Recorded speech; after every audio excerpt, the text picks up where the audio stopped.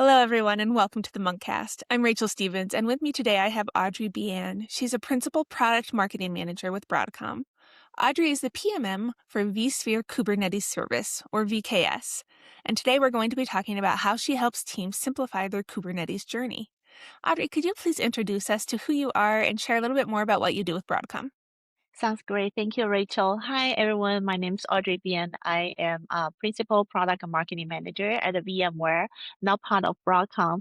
So I've been with the company for 7 years. Actually, this month is my 7 years anniversary month with the company. I started with hyperscaler solutions, and then now I focus on vSphere Kubernetes Service. And I think one of the things that can be tricky for people who do not follow the VMware portfolio closely is that there have been evolutions in names and packaging, and especially in our industry of three-letter acronyms. Sometimes it's hard to keep up with all of the changes. So for people who are maybe not familiar with VKS, let's set a baseline. I'd love for you to help us run through what exactly is VKS, where does it sit within the VMware stack, and what are the specific unsolved problems that you are trying to help solve in the enterprise? Yeah, that sounds great, Rachel. So at a high level of vSphere Kubernetes Service, we go with VKS as VMware's enterprise Kubernetes runtime that we built directly into VMware Cloud Foundation, which is VCF. So VCF is our unified private cloud platform that bring compute storage, networking, and cloud services all together in a single platform. So what VKS does here is it brings the fully conformant Kubernetes, so organizations they can run modern containerized applications and the traditional enterprise workloads on the same platform. So the problem we are solving today is there are so many enterprises today, they are operating like two separate platforms, such as like one for traditional VMs and the other one for Kubernetes platforms for modern apps, which means they need to get like a new infrastructure, new tools, new operational systems. That fragmentations create just operational complexity and this slows down the application delivery. So with VKS, as we can see from this slide here, in the box, we provide open source services to our customers and also extendable for like third party services as well. It's basically bridge the gap that platform engineers they are provided with self-service while also continue to use the same infrastructure, security policies, and operational tooling they already trust in VCF environment. Basically, our goal is very simple to help enterprises modernize their applications faster without forcing them into rebuild their infrastructure or operational practices from scratch. Wonderful. And you started to actually inch towards my next question. One of the things that we talk about a lot at RedMonk is that different personas within the enterprise experience technologies differently. So the experience of using Kubernetes is not monolithic across all the different users. And it's a different experience depending on where you sit in the org chart. It seems like you have different personas in mind based off of how you're starting to talk about this, but can you give us a breakdown of the personas you're building this product for? Yes, happy to. Let me go to the next slide. So there are three key personas we will talk about today. There are like first decision makers like a CEO, CTO, and the platform engineers. The last is our cloud admins. Okay, let's pause and interject. What is a cloud admin versus a platform engineer? Yeah, that's a great question. Actually, our customer also ask a lot. These questions help me to like differentiate these key personas. So in VCF model, cloud admins and platform engineers, basically, they operate at a different layers of the stack. So for cloud admins, they are more focusing on running the underlying infrastructure, such as compute, storage, networking, and the lifecycle management of the VCF platform.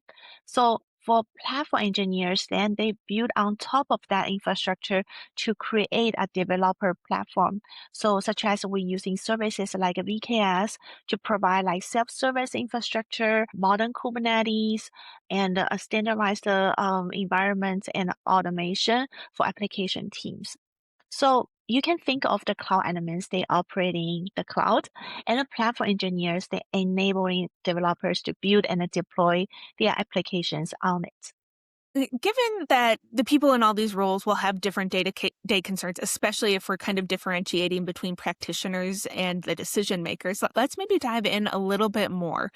So if we start with the cloud admins that we just went into, they've spent a decade or more kind of mastering the vSphere universe. What is the actual quality of life benefit that they have by having VKS baked into VCF rather than managing Kubernetes as like a separate entity? Yeah, that's a great question, Rachel. So here I have a slide for you. We in this slide we're gonna highlight what's in it for our cloud admins. The first is unified platform, like I mentioned earlier, for VMs and the containers. So customer they can run traditional and modern workloads on a single VCF platform with a consistent operations and a fewer infrastructure silos. And also the second part is a simplified Kubernetes operations.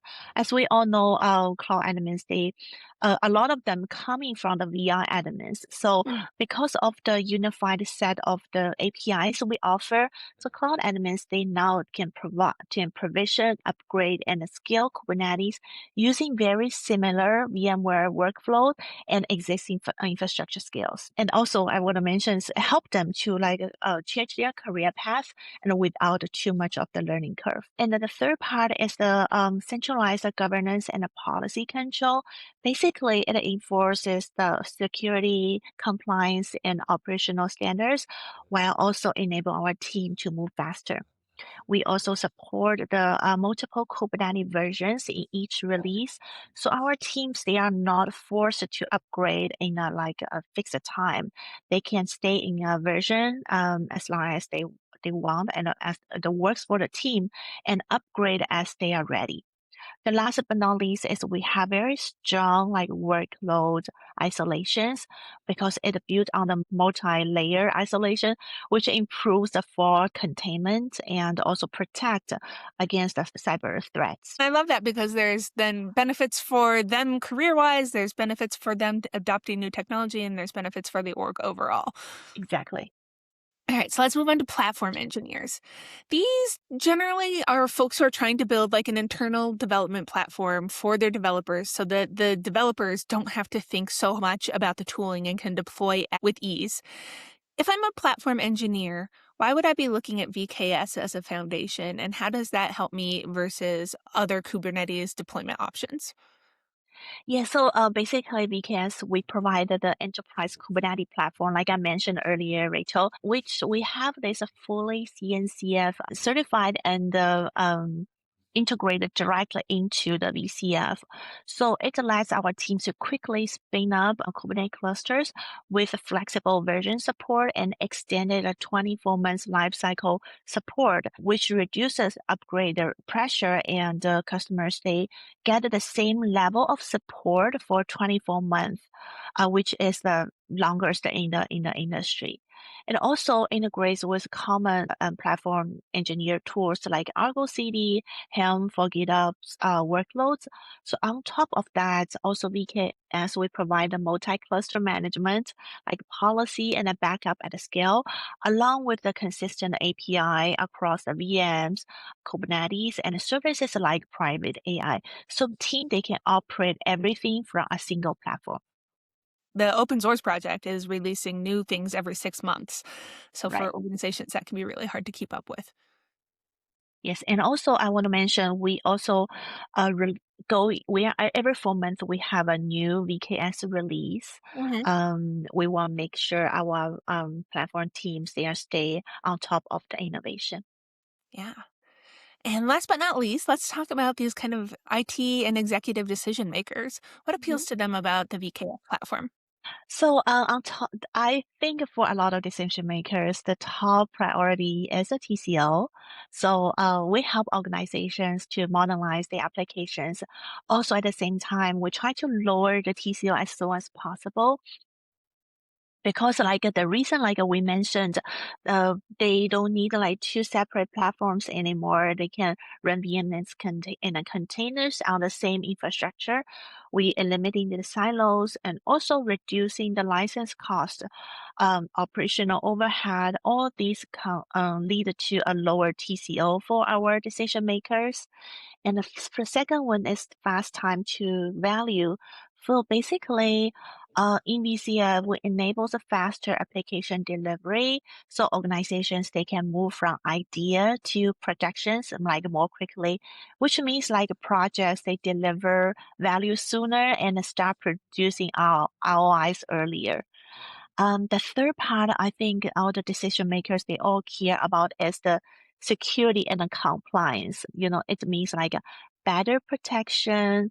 And in VCF, we emphasize on these 6 layers of isolation for VMs and containers, which minimize the noisy neighbor issues, which happens a lot on bare metal. And also data in VCF is encrypted end to end and both at risk and intrinsic. At the same time, it's also reduced the Kubernetes skill gap. Like I mentioned earlier, Rachel, like the same API, we allow team to use familiar VMware tools, and it's backed by our strong open source leadership with Broadcom as a top contributor in the CNCF ecosystem. Interesting. And I think that maybe that's not fully appreciated how much VMware is contributing back to the upstream. Yeah, as VMware has always been the top 5 contributors to the open source, and I think we need to emphasize that a lot more. Let's close, Audrey, by talking about some of the features that you've shipped in your latest release. I think it is VKS 3.6. So let's hear more Yes. about that. Yeah, the release just came out last month. So we are very excited about this release. There are 3 key pillars here. We talk about like networking flexibility, optimize performance, and also we offer enterprise OS choices for our customers. So let's maybe take a quick look on each pillar. In the first pillar, we are giving platform engineers support for partner provided CNIs such as Isovalent, Cilium, and Calico Enterprise from Tigera. So why this is important is because in our earlier releases, VKS the standard package include only like 2 built-in CNI options, Entree and Calico. So customers, they could choose like between them, but the networking models was a little bit like fixed. So with the VKS 3.6, we made is a foundational change is our built-in CNIs are now delivered as an add-on, and we introduce new variables in this built-in cluster class that allows our customer to select which CNIs they want to use at their cluster creation time. And we will keep adding more options for our customers. And in the second pillar, we want to communicate to our customers is that advanced kernel level tuning use tuned profiles, which allows our platform engineers to optimize Kubernetes nodes for performance critical workloads without they don't need to like manually change it from the OS level. So the key idea here is that the 2D profiles are managed declaratively by our VKS control plan instead of like manually tuning individual nodes or rely on Kubernetes defaults. Customer now they can define the policy-driven kernel configurations and apply them consistently across the clusters. So the third pillar is our customer. Now they can bring their Red Hat Enterprise Linux RHEL cluster nodes in VKS. So they can leverage the existing their real investment like skills and the security toolings. So this is very important because it allows our customer to reuse their OS investment and operational expertise instead of forcing into a migration to a more like fixed OS choices for our customers. Well, it sounds like you all have been very busy. So it sounds like if you are a cloud admin, a platform engineer, or a technology decision maker, the VKS team has a story that they would love to tell you. So if people are interested in hearing more, where should they go? I think the best way is to go to our webpage. Actually, we have a very easy to remember a link. It's vmware.com/VKS. Okay, wonderful. Audrey, thank you so much for your time today. This has been a wonderful conversation. Same here. It's a pleasure. Thank you, Rachel.